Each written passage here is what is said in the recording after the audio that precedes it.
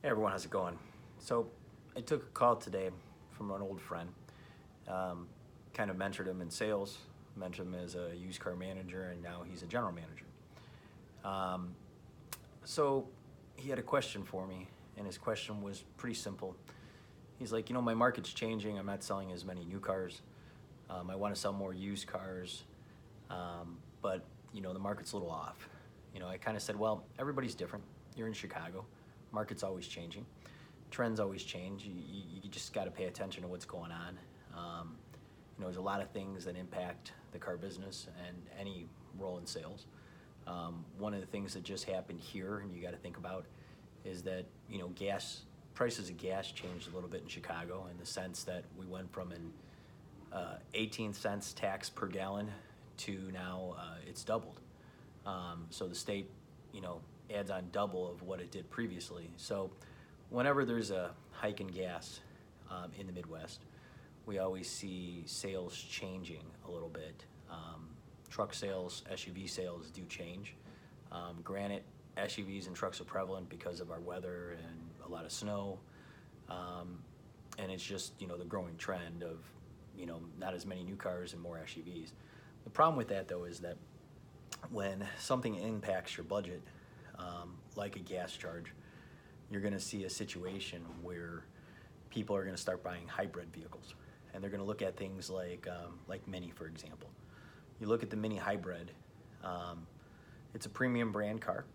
The new Countryman, it's bigger. It's as big as most midsize sport utilities inside, but it gets 65 miles to the gallon in combined fuel economy. So when you add the electric engine along with the regular engine, and you factor that out, 65 miles to the gallon is a lot. So think about that. But his dilemma is a little different. He wants to sell used cars. So let's go back to the basics.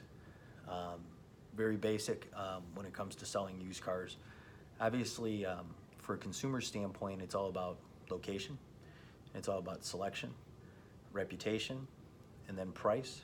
How easy it is to deal with you online, how easy it is to deal with you during the lead process, and how easy it is to deal with you when they come in, and how that process matches your identity online. And then for us, from a business standpoint, it's the retention after the sale. So there's certain phases that you have to break everything down to. So you got to think about, those phases. Do I have the right inventory?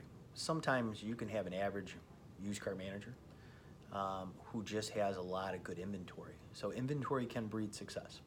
Inventory can also get out of whack and become aged. But if you have selection, you offer choices, and customers want choices. We can't pretend to be mind readers and go, hey, this particular vehicle is X amount of days old and nobody's going to buy it, so we need to drop the price. Sometimes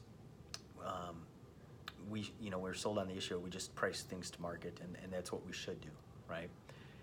We don't want to arbitrarily just knock off a bunch of money every time anybody comes in. I guess that's part of negotiation. But people are willing not to negotiate as much if you justify to them that, I have market-based pricing, and I price my cars to market, and that's why you're coming in. That's why we have X amount of inquiries on it. You're going out, you're paying good money for it, you're taking cars over the curve, that's great. But you got to think about your inventory selection. So that's part of it. But one of the biggest key factors, and keep in mind, I've talked about this before, we spend all this money to get people to the dealership or to our website. And we drive all this money, and we spend money on Facebook, and we use other products like Lot Links, and we use Google AdWords, and we use Bing Places, and we do all these wonderful things to get people there. And they get there, and there's bad reviews. So in my next video, I'll touch base a little bit more on this, but think about your reputation, think about your social presence, and what people are seeing about you. People's perception are their reality, and if somebody wants an Amazon experience and you don't have a good rating, then you're killing yourself. So you need to adopt some type of paradigm shift in your dealership, and changing to making it everybody's job to gather up reviews and real reviews. You never need to get bullshit reviews or pay somebody because, number one, it's illegal. you only need to more or less use something like we use. We use the reputation.com app. You can just go into Google and take the link, and you can send it to somebody and ask them to recommend you. That's a very simple process. The app makes it a little easier simply because you can sit with a customer, especially a service writer. Customer just had a good experience, they're picking up their car. You could say, hey, would you recommend me? And very simple, they'll say yes, majority of the time. And all you have to do is say, great, give me your phone number. They give you the phone number, you put it in the app, and you hit the button, and it texts them. And for us, we have 3 choices: Google, Facebook, or Cars.com. The reason we do that is that not everybody has a Google account, not everybody has a Facebook account, and anybody can write a review in Cars.com. Now keep in mind, Cars.com wants legit reviews, so they're gonna review it, they're gonna make sure it's legit, and they're gonna post it, but it takes a couple days longer than sometimes a Google or Facebook. So, no software is perfect, but it's a pretty inexpensive tool for you to utilize. And I apologize about the dog barking in the background as well. All right, so my next video, I'll touch base and we'll talk about a little bit more about reputation.com.